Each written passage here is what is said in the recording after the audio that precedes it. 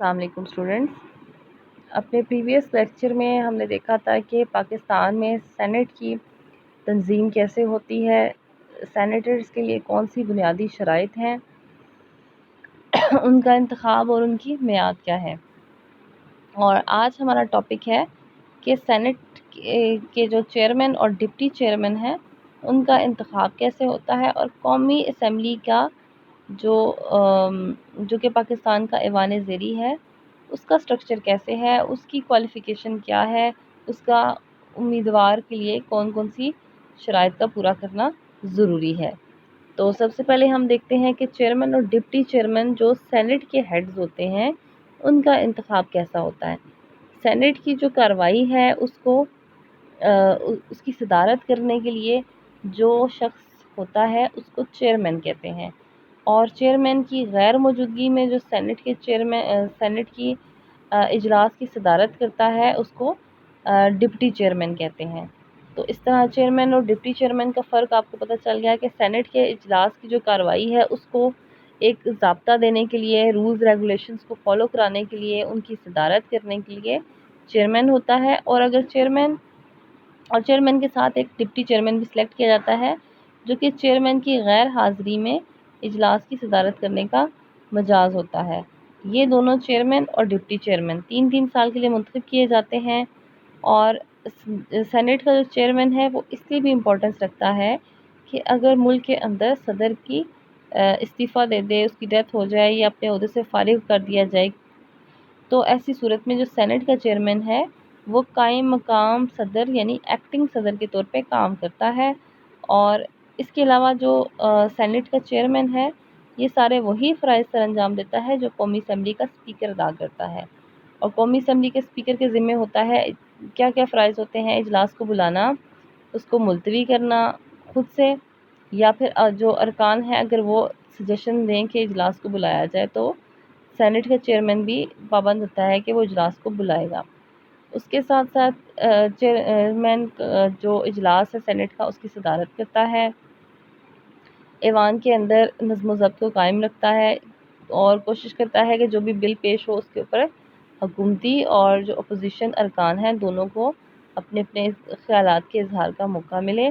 ایوان کے اندر اگر کوئی شخص بدنظمی کریٹ کرتا ہے یا کوئی کسی قسم کا لڑائی جھگڑا کرتا ہے تو اس کو وہ ایوان سے نکلنے کا حکم دیتا ہے۔ اس کے علاوہ کورم کو پورا کرنا اس کی ذمہ داری ہے۔ اس کے بعد ہم دیکھتے ہیں کہ قومی اسمبلی کی آرگنائزیشن پاکستان میں کیسے ہوتی ہے۔ پہلے آپ پڑھ چکے ہیں کہ پاکستان کی جو پارلیمنٹ ہے وہ 2 ایوانوں پر مشتمل ہے: ایوان بالا سینٹ، ٹھیک ہے، اور ایوان زیری قومی اسمبلی۔ ایوان بالا کا سینٹ آپ آلریڈی پڑھ چکے ہیں، اور اب ہے ایوان زیری قومی اسمبلی۔ یہ پارلیمنٹ کا ایوان زیری ہے، اور اس کے اندر عوام کے نمائندے ڈائریکٹ اپنے عوام کے ووٹوں سے منتخب ہو کر آتے ہیں، اور یہ عوام کا ایک نمائندہ ایوان سمجھا جاتا ہے۔ جب ہمارے عام الیکشن ہوتے ہیں تو جس ووٹ کو بڑا ووٹ کہا جاتا ہے وہ بیسیکلی یہی قومی اسمبلی کے لیے ہوتا ہے، اور یہ جو قومی اسمبلی کے لیے جو نمائندے ہیں وہ ان کو MNAs یعنی ممبر آف نیشنل اسمبلی کہا جاتا ہے، اور یہی وہ نمائندے ہیں جنہیں ہم اپنے ڈائریکٹ ووٹوں سے منتخب کر کے بھیجتے ہیں۔ سینٹ کے اندر تو انڈائریکٹ میتھڈ سے لوگ جاتے ہیں، لیکن قومی اسمبلی کے اندر عوام اپنے نمائندوں کا انتخاب خود کر کے بھیجتے ہیں۔ پاکستان کی قومی اسمبلی کے اندر جو ٹوٹل سیٹوں کی تعداد ہے وہ 342 ہے، اور سیٹوں کو آبادی کے تناسب سے تقسیم کیا گیا ہے۔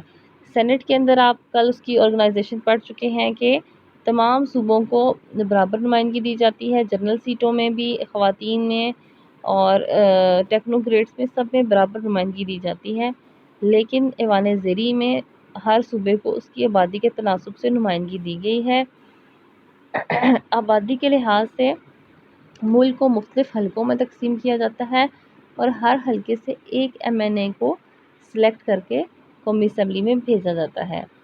تو جس علاقے کی جتنی آبادی ہوگی وہاں پر اتنے ہی حلقے ہوں گے اور اتنے ہی وہاں سے امیدوار جائیں گے۔ جیسے پنجاب کی جو ٹوٹل نشستیں ہیں، جنرل نشستیں 148 اور خواتین کی 35، اور ٹوٹل ملا کے 183 بنتی ہیں، اور پنجاب سے تقریباً ہاف آبادی ہے سندھ کی، تو سندھ کی جنرل 61 اور خواتین کی 14 ہے، اور ٹوٹل 75 نشستیں بنتی ہیں۔ خیبر پختونخوا کی آبادی سندھ سے کم ہے، تو وہاں پر 35 نشستیں ہیں اور خواتین کی سیٹس 8 ہیں اور ٹوٹل 43 ارکان قومی اسمبلی کے اندر KPK کے ہوتے ہیں۔ بلوچستان کی آبادی بہت کم ہے، اس لیے وہاں پر سے صرف 14 نمائندے آتے ہیں قومی اسمبلی میں، اور ان کے اندر 3 خواتین بھی ہوتی ہیں اور ٹوٹل اس طرح سیٹس ان کی 17 بنتی ہیں۔ فاٹا سے جنرل سیٹوں پر آتے ہیں لوگ، اور وہ بھی 12 افراد۔ اس کے علاوہ وفاقی دارالحکومت یعنی اسلام آباد کے لیے 2 سیٹیں ہوتی ہیں اور اقلیتوں کے لیے 10 مخصوص، اور اس طرح یہ ٹوٹل سیٹیں بنتی ہیں 342، جو کہ حلقہ بندیوں کی بنیاد پر بالغ رائے دہی کی بنیاد پر منتخب ہو کر عوام قومی اسمبلی کے اندر جاتے ہیں۔ قومی اسمبلی کا امیدوار بننے کے لیے کیا اہلیت چاہیے ہوتی ہے؟ اس کے لیے 5 شرائط ہیں کہ وہ پاکستان کا شہری ہو، یعنی کوئی غیر ملکی یا ایسا شہری جو پاکستان کے اندر رہ رہا ہو کافی عرصے سے لیکن پاکستان کا شہری نہ ہو، تو وہ قومی اسمبلی کے انتخابات نہیں لڑ سکتا۔ اس کے علاوہ کوئی بھی ایسا شخص جو کسی سرکاری یا نیم سرکاری عہدے پر فائز ہو، وہ قومی اسمبلی کا انتخاب نہیں لڑ سکتا۔ اس کے ساتھ اس کا نام ووٹر لسٹ میں درج ہو، یعنی جس حلقے سے وہ کھڑا ہے وہاں کی ووٹر لسٹ میں اس کا نام درج ہو۔ تو اس سے کئی چیزیں پتہ چلتی ہیں کہ وہ وہاں کا مقامی رہائشی ہے، اور اس کا نام ووٹر لسٹ میں درج ہونے کی وجہ ہے کہ اور اس کے ایک ریکارڈ ہے، اور وہ اس علاقے سے اس حلقے سے تعلق رکھتا ہے جہاں سے ووٹر لسٹ میں اس کا نام ہوتا ہے۔ اس کے علاوہ اس کے لیے ضروری ہے کہ وہ پاگل اور دیوالیہ نہ ہو، وہ متقی اور پرہیزگار اور اعلیٰ سیرت کا مالک ہو، اور نظریہ پاکستان کا مخالف نہ ہو۔ نظریہ پاکستان کا مخالفت کا کل بھی میں آپ کو بتا چکی ہوں کہ مشرقی پاکستان کی علیحدگی کے بعد یہ پوائنٹ بھی لازماً رکھا گیا ہے کہ نظریہ پاکستان سے محبت کرنے والے لوگ ہی ہمارے پارلیمنٹس میں بیٹھیں۔ اس کے بعد اس کی عمر کم از کم 25 سال ہو، یعنی اس کے لیے ایلیجیبلٹی کرائٹیریا کم از کم 25 سال ہے۔ 25 سال سے کم والا کوئی بھی فرد قومی اسمبلی کے انتخابات نہیں لڑ سکتا۔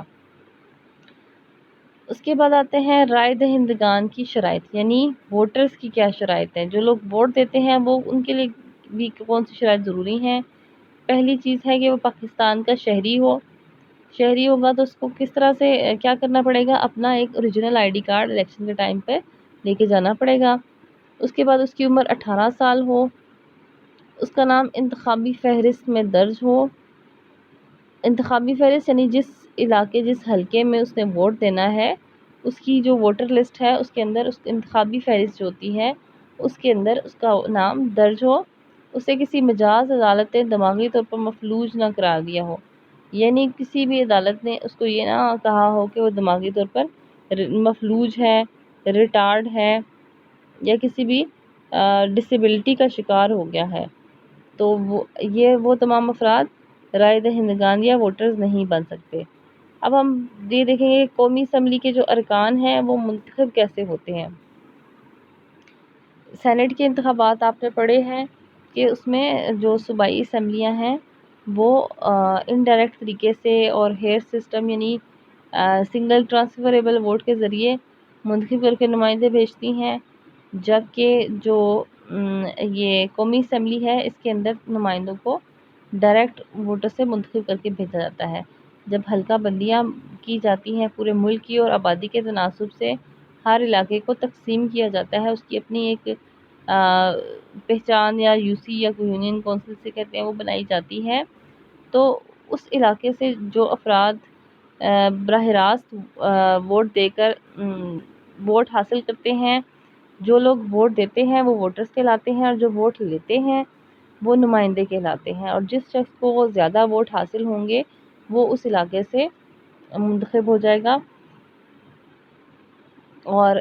یہاں پاکستان میں جو قومی اسمبلی کا انتخاب ہے وہ ڈائریکٹ میتھڈ سے ہے، یعنی عوام براہ راست قومی اسمبلی کے ارکان کو اپنے ووٹوں سے منتخب کرتے ہیں۔ بالغ حق رائے دہی کی بنیاد پر انتخابات کے اندر ووٹ دیے جاتے ہیں، اور جو شخص زیادہ ووٹ لیتا ہے کسی بھی حلقے سے وہ کامیاب قرار پاتا ہے اور الیکشن جیت جاتا ہے، اور اس کے بعد وہ پھر قومی اسمبلی کا ممبر بن جاتا ہے۔